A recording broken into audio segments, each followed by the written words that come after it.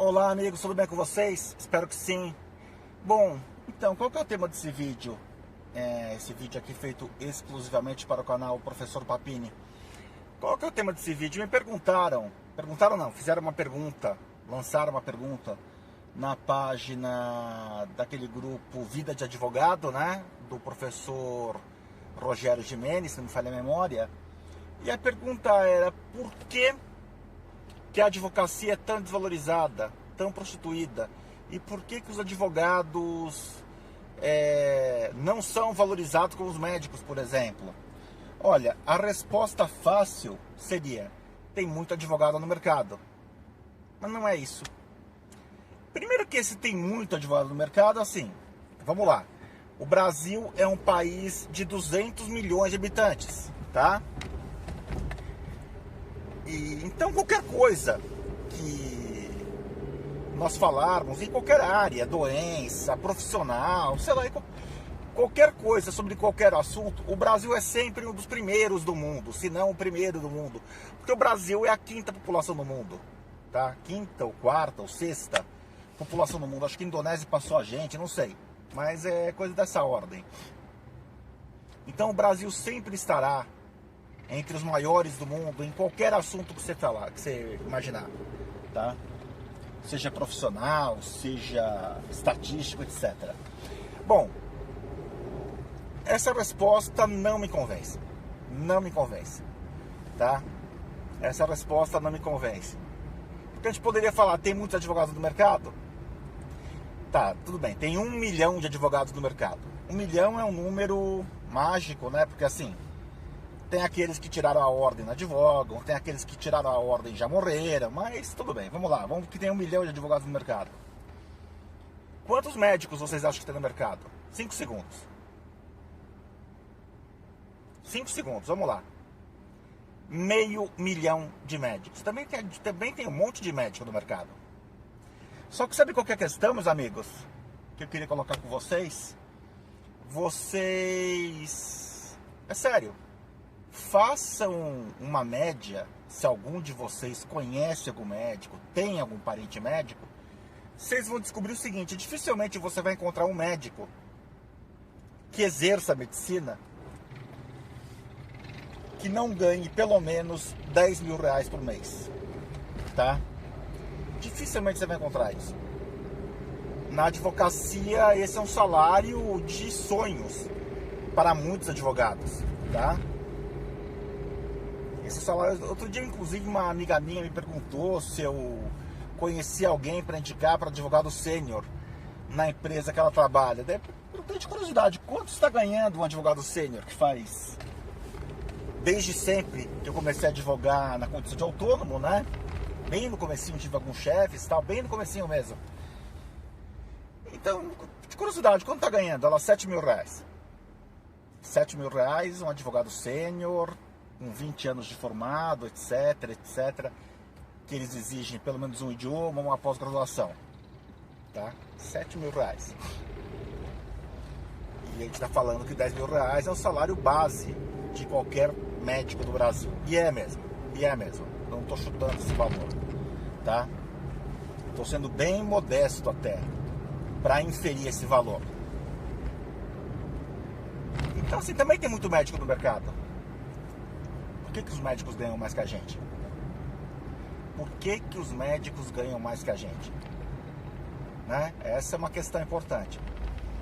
São várias respostas, tá? E essa minha resposta não é a única resposta para essa pergunta. Eu diria até também que a medicina é uma profissão mais socializada, de uma certa forma, mais socialista do que a advocacia, por exemplo. Na advocacia você vai ter grandes figurões que ganham fortunas, tá? Num único processo. Então também tem essa questão, mas não é meu foco agora. Meu foco agora, sabe qual que é?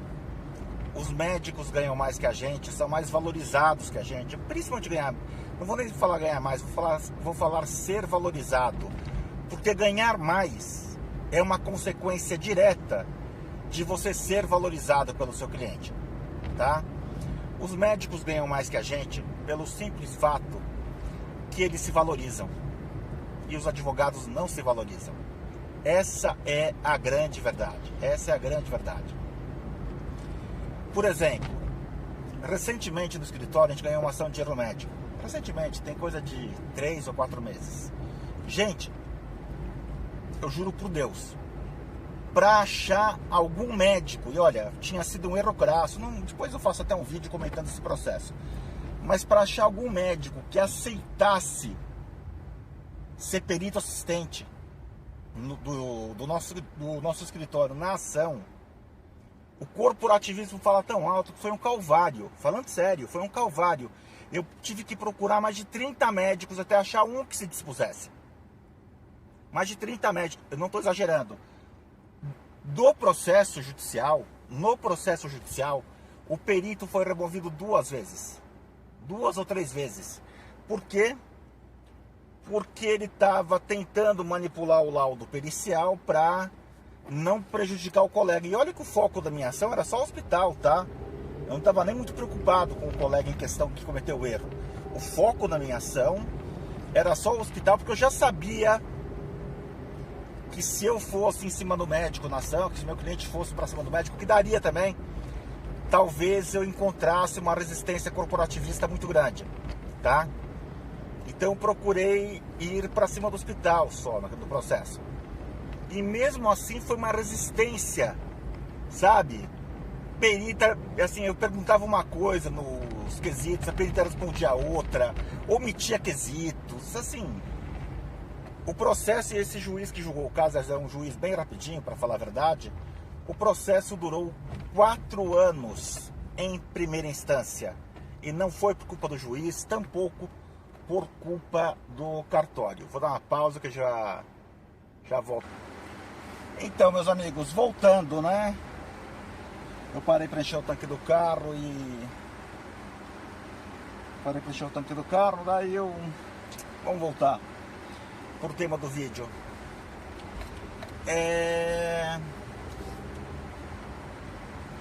Como eu tava falando, valorização, né?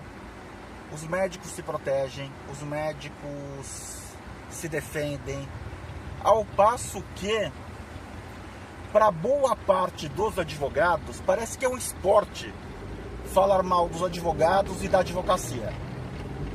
É sério, quase todos, tá? Eu, felizmente, me coloco como exceção nesse grupo.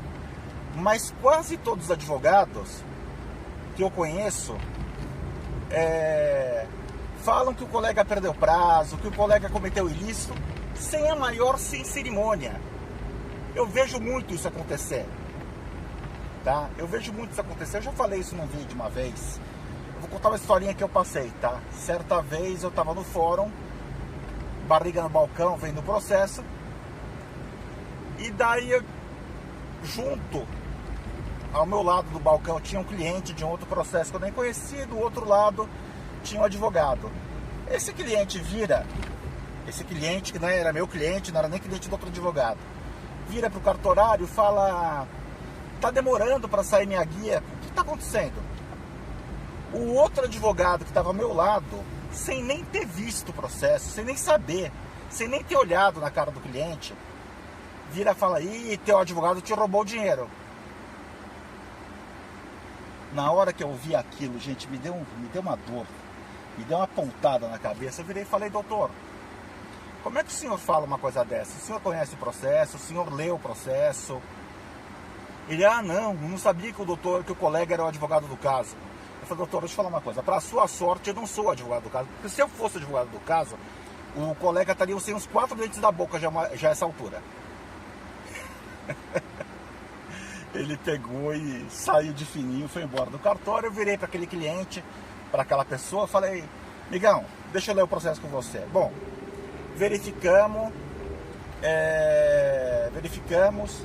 estava na confecção o mandado, estava na confecção, sei lá, o dinheiro iria entrar na conta do cliente em 10 ou 15 dias. Eu pedi para aquela pessoa, para aquele cliente, ligar para o advogado dele, falar que o advogado que ele quase cometeu uma injustiça tal, e o advogado acabou até ficando amigo meu depois. Eu tenho um monte de história dessa para contar, tá?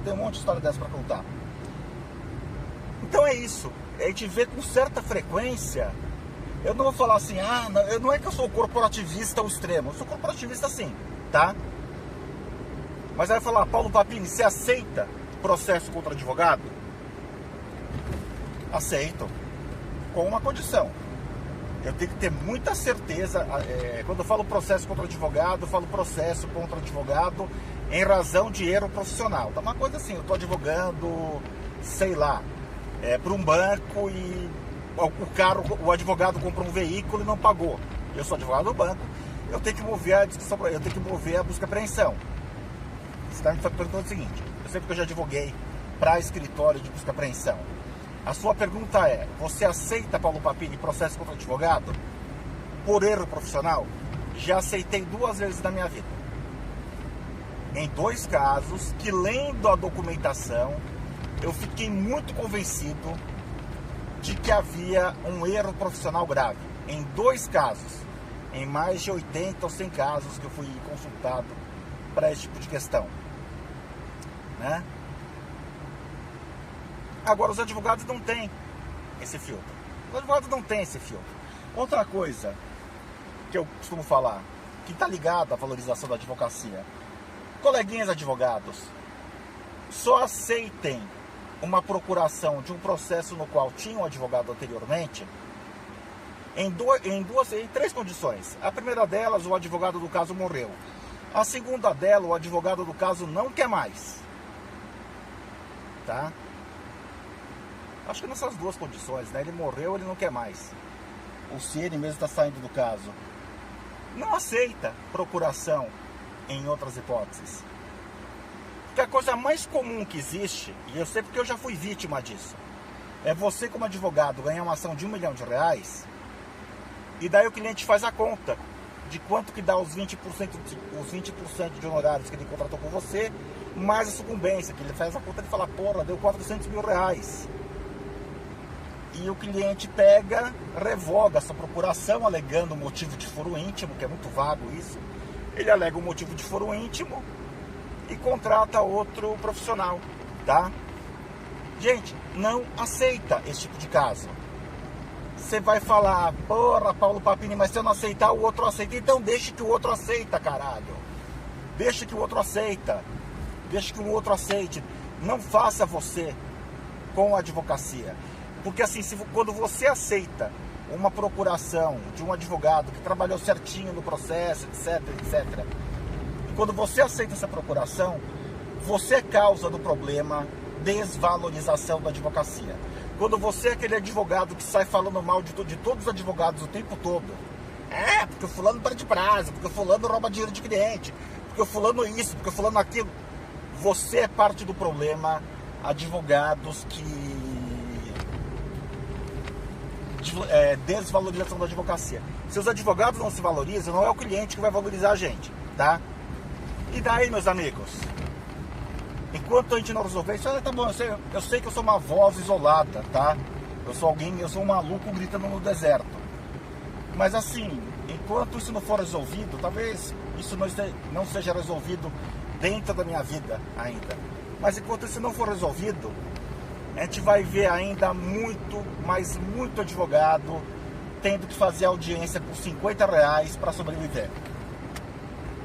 E perguntando no Facebook, mas por que os médicos são valorizados e a gente não? Essa é a resposta, amigos. Gostem dela ou não, tá? Beleza? Amigos, por hora é isso. Um grande abraço a todos e até o próximo vídeo. Valeu!